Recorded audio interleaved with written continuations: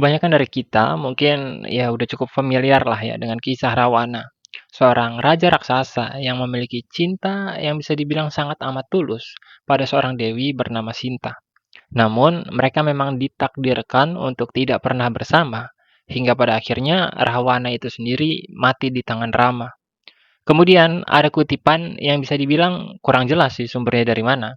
Tapi kurang lebih kutipan itu berisi pertanyaan Rahwana terhadap Yang Maha Kuasa, perihal perasaan yang ada di dalam dirinya, dan mengapa Yang Maha Kuasa memberikan hal tersebut jika memang dirinya ditakdirkan untuk tidak pernah mendapatkan hati Sinta. Kurang lebih, apa yang dirasakan oleh Rahwana itu sama dengan apa yang dirasakan oleh kebanyakan orang pada umumnya, yakni berupa pertanyaan demi pertanyaan kepada Yang Maha Kuasa, perihal hidup yang seolah tidak adil, dan takdir yang seolah tidak berpihak pada diri kita.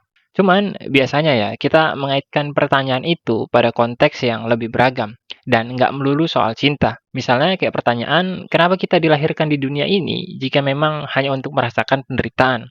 Mengapa kita punya mimpi yang sangat amat besar, namun pada akhirnya nggak pernah bisa kita capai? Kenapa kita punya kehidupan yang begitu sulit, sementara orang lain memiliki beragam jenis kemudahan?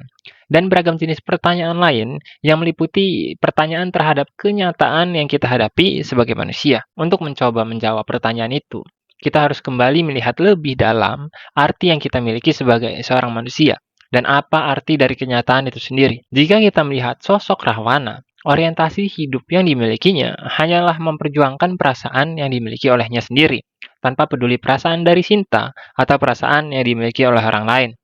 Sisi egois tersebutlah yang pada akhirnya menyebabkan ia melukai dirinya sendiri dengan kekecewaan. Pada dasarnya, kita sebagai manusia juga sering melakukan hal kayak gitu, dengan menjadi egois atau mengharapkan dunia berjalan sesuai dengan skenario yang telah kita tentukan. Hingga akhirnya ketika kenyataan memberikan hal yang bertolak belakang dengan apa yang kita harapkan, maka kita bakal ngerasain penderitaan yang teramat dalam, yang tanpa kita sadari, ya kita sendiri yang menciptakan hal itu. Dengan kebebasan kita, ya kita bisa aja mempertanyakan keadilan Tuhan. Atau bahkan beranggapan kalau Tuhan itu nggak ada sama sekali gitu.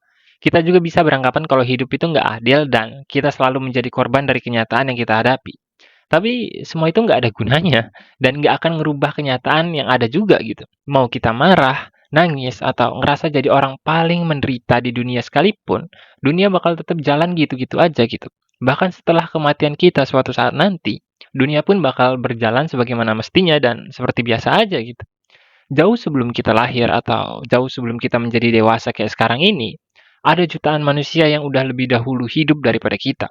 Yang bahkan kisah hidupnya nggak pernah kita dengar kayak gimana gitu. Dan nggak ada yang tahu penderitaan atau rasa sakitnya itu kayak apa. Karena memang nggak ada yang peduli dan nggak ada yang mau tahu soal hal itu. Dan setiap orang pun terluka dengan caranya masing-masing.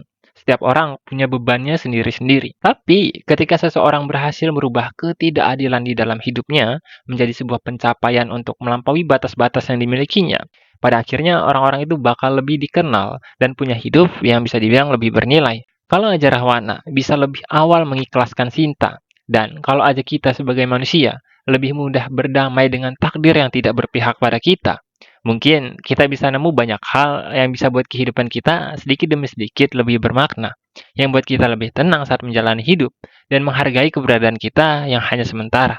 Sekian Kausalnya Sanganing, sampai jumpa.